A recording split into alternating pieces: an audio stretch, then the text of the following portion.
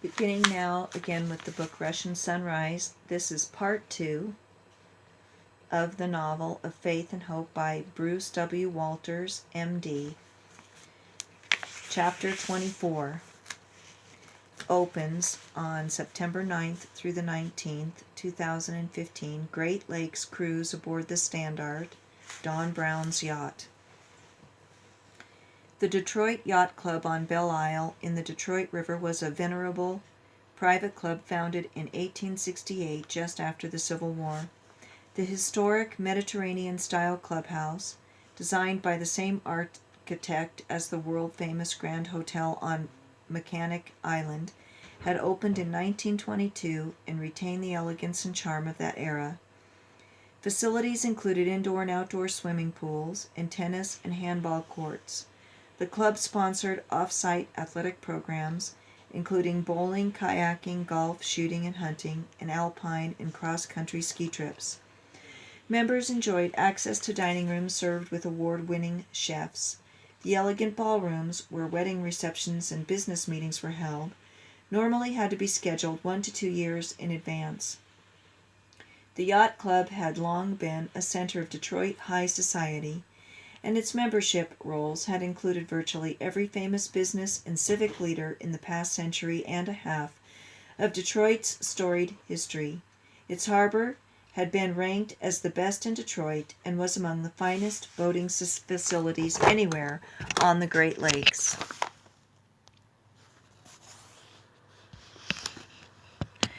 Don Brown, celebrated Detroit businessman and philanthropist, had built a special slip at the Detroit Yacht Club to accommodate the 450-foot Standard, the largest private yacht in the world.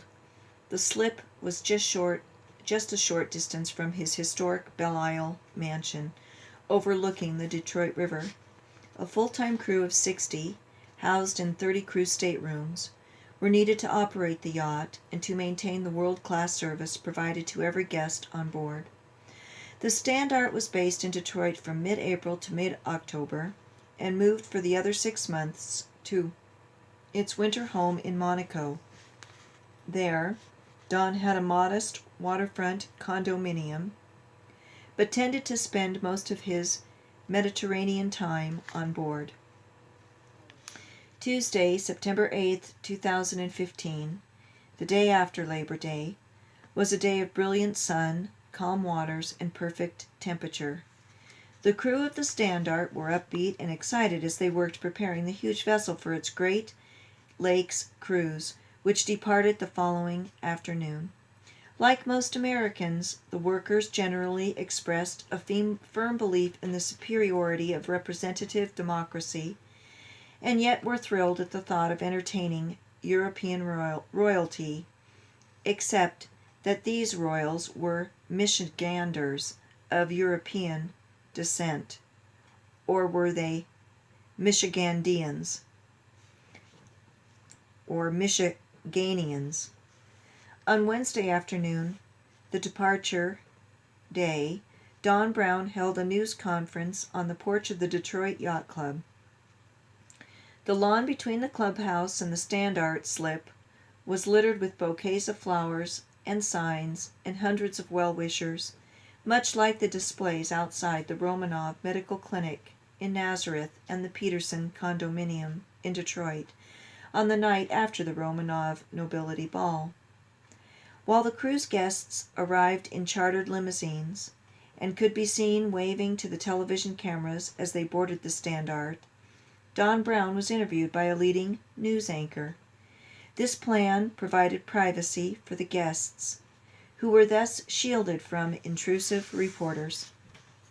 Once everyone and their luggage was settled on board, Don Brown and his wife Teresa held a farewell meeting in the Standard's ballroom, where they mingled with all the guests, made certain they were comfortable, and expressed their regrets at not being free to accompany the guests on the cruise. They did hope to meet up with the guests at the 2 planned balls, the first on Mechanic Island and the second at the end of the cruise in Chicago. As soon as the Browns departed the Standard, The gangplank was retracted, and the whistle blew. The guests lined the top deck and waved at hundreds of well-wishers on the lawn of the Detroit Yacht Club as the massive ship began to move out of her slip and into the swift current of the Detroit River. Soon the Belle Isle shoreline and Detroit city skyline began to fade as the Standard moved up the river with the Michigan shore to port and the Canadian shore to starboard. Within an hour the water widened and the Detroit River opened into the broad expanse of Lake St. Clair, about 25 miles in circumference. At its northern end, the waters narrowed once again as the Standard proceeded up the American-Canadian international boundary in the middle of the St. Clair River. After passing beneath the International Blue Water Bridge between Port Huron and Michigan and Sarnia, Ontario, the Standard entered the southern tip of Lake Huron, one of the 5 Great Lakes that surround Michigan and constitute the largest collection of fresh water on the planet. The plan was to cruise slowly through the huge lake on Wednesday night, all day Thursday and Thursday night, and to arrive at the port of Alpena by Friday morning. There would be an excursion inland to a private hunting preserve near Hubbard Lake, where the Brown Group had a corporate membership. On Wednesday evening there was a formal dinner in the grand dining room to welcome all the guests. A string quartet and harpsichord provided background music. Mikhail and Maria mingled after dinner, visiting various tables, and then joined George and Katerina in the master suite for drinks by the fireplace. The lake was relatively smooth, and the evening air was cool but pleasant. Mikhail and Maria donned light jackets and, hand in hand, went for a stroll on the upper deck.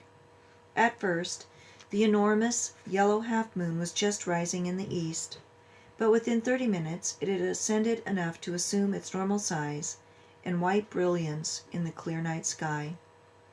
By now the lake was almost as calm as glass, and a gentle, warm, offshore breeze combined with the wavelets lapping at the hull to create a perfect romantic atmosphere for a courting couple to share their hearts. Mikhail and Maria made their way to the bow and sat, arm in arm, on a bench overlooking the water ahead, a trail of glittering moonbeams leading across the water directly to their position. Mikhail, my dear, I can't believe I'm actually here. In May I went to Moscow as a tourist and was completely surprised when the Russian government informed us that my mother and I are royal princesses, and my father is a royal prince. Now it is September, just 4 months later, and I am sitting in the moonlight on the bow of the world's largest yacht, arm in arm, with the Romanov Crown Prince of Russia, and not wanting to be anywhere else. It all seems impossible. The chain of events that brought about the preservation of the royal line in your ancestry was obviously miraculous. In the tumultuous times following the viciously anti-noble Bolshevik Revolution, the chances were infinitesimally tiny that secretly royal persons, while successfully hiding their true identity from the enemies of the dynasty, might also manage to meet and marry others of equal station. And yet it happened in your family. Surely this is proof of divine providence, and of Our Lady's special care for her protectorate, Holy Mother Russia. The same was true in your family, Misha. When your father Nicholas went to New York to study at Juilliard, he met and married a royal princess, without even knowing yet that he was himself a royal prince.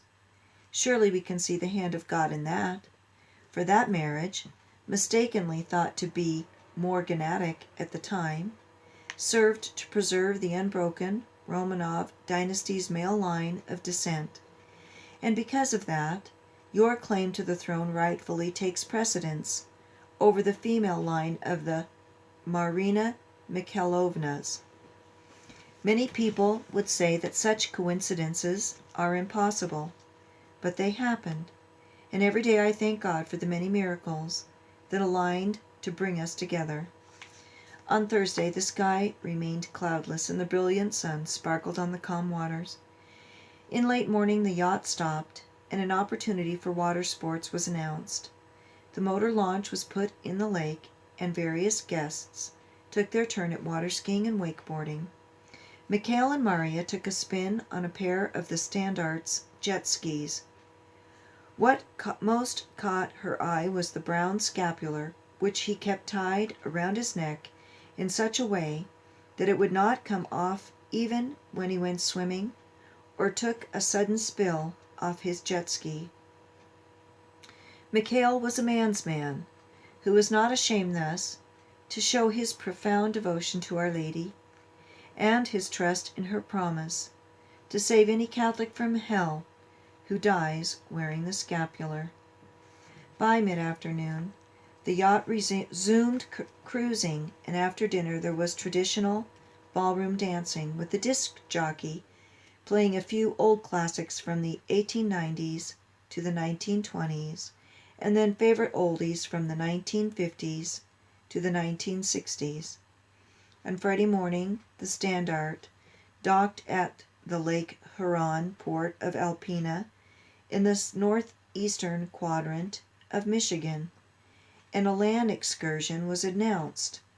Mikhail and Maria, George and Katerina, Vladimir and Olga, and Kirill and the captain rode in the Standard's large SUV to a remote private hunting preserve off Hubbard Lake. The club had an exemption from hunting season and license rules, and for a fee one was allowed to shoot wild game that was expertly managed. Mikhail shot a buck deer, which was dressed out in the woods, and then taken to the club's meat processing hut. The processed venison meat would be delivered to the Standard kitchen before departure on the Sunday noon.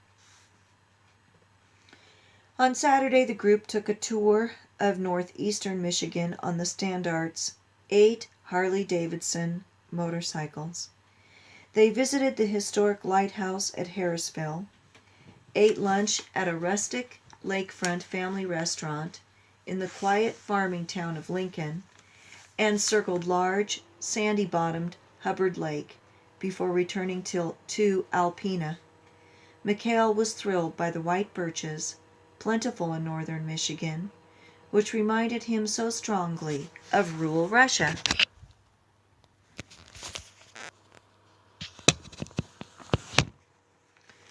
On Sunday morning, the Standard Chapel was opened onto the dining room so that the guests and staff could attend Mass. At 10 o'clock, Father Kirill offered the Holy Sacrifice of the Mass in the traditional Latin rite, and Maria played the small dining room pipe organ with Mikhail serving as cantor. 8 singers from the Cova Latin Mass Choir also performed polyphonic Latin classics. After Mass, a buffet-style brunch was served at noon. As the Standard lifted anchor and got underway with an overnight stop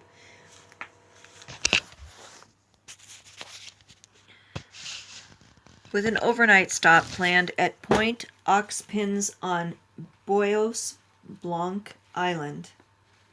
Mikhail loved the reason the French explorers had named the island Whitewood. Its vast forests were filled with Russian-like white birches. On Monday noon, the Standard entered the harbor on Mechanic Island, the world-famous state park preserving 19th century charm. Motor vehicles, other than fire and ambulance, are banned from the island, except in winter when snowmobiles are allowed for permanent residents. Horse-drawn vehicles provide all usual services, and bicycles are very popular.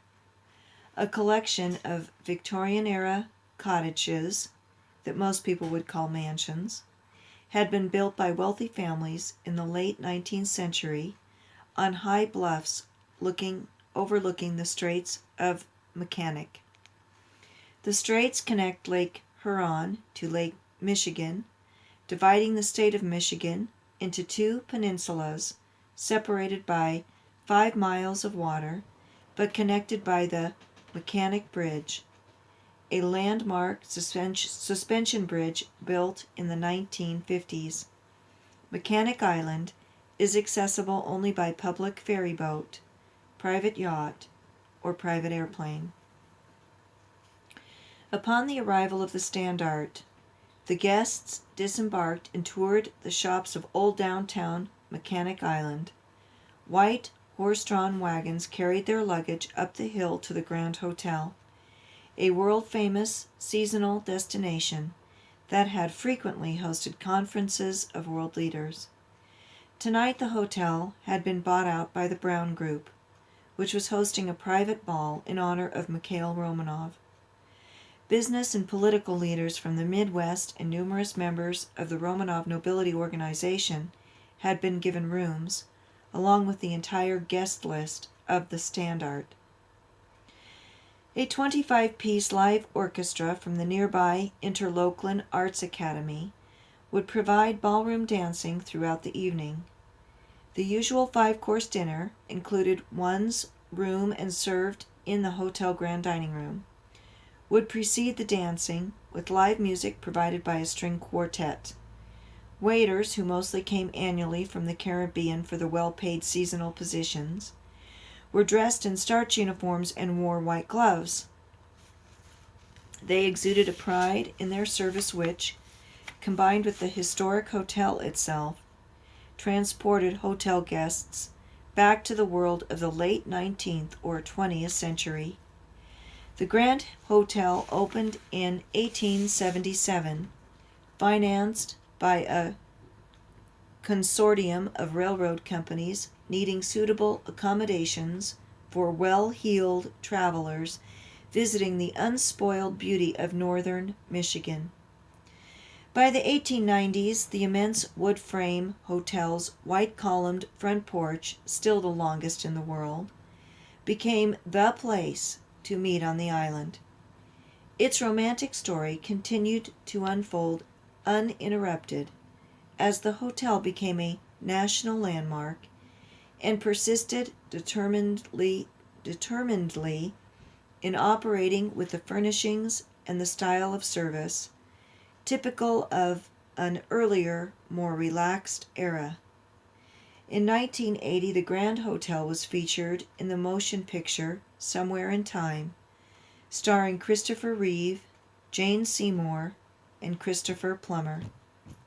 Always improving, the hotel won an award in the early 21st century for a unique, environmentally friendly air conditioning system. All 170 rooms were cooled by cold groundwater, endlessly replenished by nature on the island, that, once hot, was then recirculated to warm the outdoor swimming pool. The list of famous personages to have stayed at the hotel included United States presidents, many foreign heads of state, both elected and royal, international celebrities in fields as diverse as cinema, music, athletics, and literature, and a great many of the world's wealthiest individuals. But this would be the first time a Russian crown prince had ever been an honored guest, and it would be the first time that a great many members of the Russian nobility organization had made their way north to this elegant hotel as a group for such an event.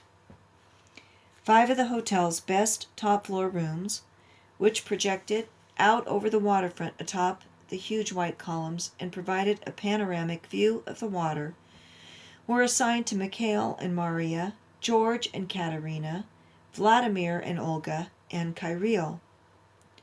An additional 24 similar rooms were assigned to Marina Mikhailovna, Romanov, Grigory Mikhailovich Romanov, Don and Teresa Brown, and leading Michigan political and community leaders.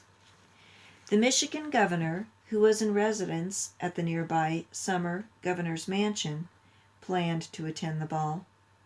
All told, there were more than 300 guests for the dinner and a ball, all required to be attired according to standard hotel policy: elegant evening dress for the ladies and black tie, or at least suit coat and tie for the gentlemen. Maria and Katerina wore the same elegant but modest silk gowns and diamond jewels as at the Romanov ball in New York, causing many of the Romanovs to rejoice in this October recreation of that magic June evening in New York.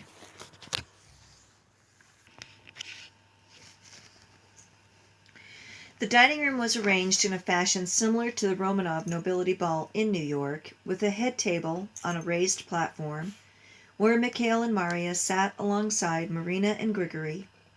What was wonderfully different was that the grace of religious conversion recently showered upon Russia also seemed to have extended to the vast majority of the Romanov nobles in exile. There was now an enthusiasm among the Romanovs for Russia's future as a Catholic confessional state, preserving the Orthodox rite and, soon, restoring the Christian monarchy. It no longer seemed academic to discuss who was first in line for the throne, and there was almost universal consensus among the Romanovs that Mikhail was God's chosen man. As the evening of elegant dancing unfolded, Mikhail and Maria thoroughly enjoyed every dance. Each Romanov partner they encountered strove to make them feel warmly welcome and honored. Dancing with secular American politicians, however, was a different experience. Mikhail and Maria could sense a certain fundamental disdain that every convinced believer in modern democracy would feel when face to face with a potential royal pretender. The reaction felt when dancing with business people was somewhat intermediate. They felt the same deep disdain for royalty as potential rulers, but the business people were fascinated by the idea of Russia reorganizing herself, and were excited about possibilities to expand their small and medium-sized business models into the new nation. By 11:30, the final dance was over, and many guests began drifting away to their rooms. In the morning, Tuesday, Father Oleg Romanov was going to offer a weekday Orthodox Mass in the hotel ballroom, and the Catholics would all walk downtown to St. Anne's Catholic Church for daily Mass. The reunification of the two churches was already underway, but it would take time before the faithful grew accustomed to visiting either rite as available when traveling. By midnight, Mikhail and Maria had found their way to the Cupola bar on the upper balcony level of the hotel's immense two-story rooftop cupola. From their table for two beside a front window, as he sipped black Russian coffee liqueur while she had coffee, they watched the light of the full moon dancing on the calm waters of the Straits. Behind them, an antique Tiffany-cut glass chandelier, about 10 feet tall, sporting multicolored glass flowers and candelabra bulbs, was suspended from the ceiling above, but extended down below the level of their balcony. In the back corner, a pianist provided soft, romantic music. "Finally, we have some time for each other," said Maria. "In some ways, it is more stressful to attend a ball where everyone accepts us than it was in New York, where we were actively courting the Romanovs' favor. That's because, already, many people are looking for ways to integrate themselves, to the probable next Tsar and Tsarina of Russia. We are no longer just private individuals now. Already we represent the crown. Still, tonight was thrilling. One would have thought it was 1910 once again, and Nicholas himself had come to America to dance the night away at the Grand Hotel. Many people commented to me on how much you remind them of that last Tsar. Nicholas would have felt very much at home here, as northern Michigan bears a great resemblance to rural Russia. Perhaps I, shall not feel so homesick living in Russia, when I can so easily pretend I am back in my home state. These few days on the water have helped me to think deeply and with clarity, said Maria. You don't have to keep pretending that we are not thinking we will be together for all our lives. Things are developing at breakneck speed in Russia, and it would seem, in the romantic life of the Russian crown prince. Maria smiled at him and reached across the table to take his hand. Immediately a photographer's flash startled everyone in the room. Mikhail glared at the young man as he dashed back down the stairway into the lower level of the Cupola bar, probably planning to email the photo to a media syndicate for the next day's gossip pages. Our days of privacy in public are very nearly gone, said Mikhail, but I have arranged for one last adventure that will be out of sight of the spying paparazzi. Would you come with me now on a moonlit carriage ride? I have an open horse-drawn carriage reserved out in the back of the hotel for 12:30. What a sweet idea, Misha, on the night of a full moon.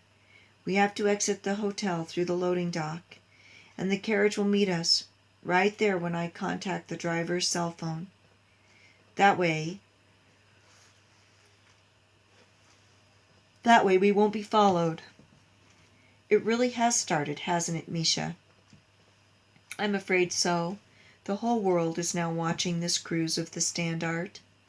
After a brief stop in their rooms to get ready, with less formal clothes and jackets for the cool September evening, they descended to the basement in the service elevator and found their way to the loading dock, by Mikhail's prior arrangement with the hotel manager. Mikhail texted the driver, and in 2 minutes they were seated in the carriage with a wool blanket over their legs. The clip-clop of the horses' hooves on the paved street, the slight breeze off the water, and the cool orb of the full moon high above created a magically romantic setting. The carriage took them northbound up the hill on Cadott Avenue, then east on Huron Road behind Fort Mechanic, and down along the East Bluff, a ridge from which the moonlit waters could be seen all along their route. Fireflies winked in the wooded glens behind the open lawns, and the glow of warm candlelights in the windows of the Victorian-era mansion stirred in both their hearts a desire for hearth and home. Maria, this is the moment I have been waiting for. I suppose it cannot wait any longer. As he spoke, he reached into his jacket pocket and withdrew a small box wrapped in shiny white paper and a golden ribbon. I am a miserable old bachelor who squandered his youth on music and medical school and war. You are a young princess, magnificent in beauty and radiant in your prime. I do not pretend that I feel in any way worthy to ask you this, but, my love, I must know, will you marry me? Tears welled up in Maria's eyes as she smiled at Mikhail and took his hand firmly in hers. Of course, silly. I thought you'd never ask. Then, as a token of my surprise to love you only and always, will you accept this small gift?" Maria's hands trembled as she grasped the little package and struggled to untie the golden clip-clop. Untie the golden bonds that seemed to say she would need to struggle to fully grasp what her heart desired. At the clip-clop of the horse's hoofs continued, Maria opened the little box and gasped in astonishment as she beheld an ornate golden ring, finely crafted with elegant detail, and studded with larger and more numerous diamonds than she could have ever imagined. On the outer band were engraved the Russian words, for Princess Maria.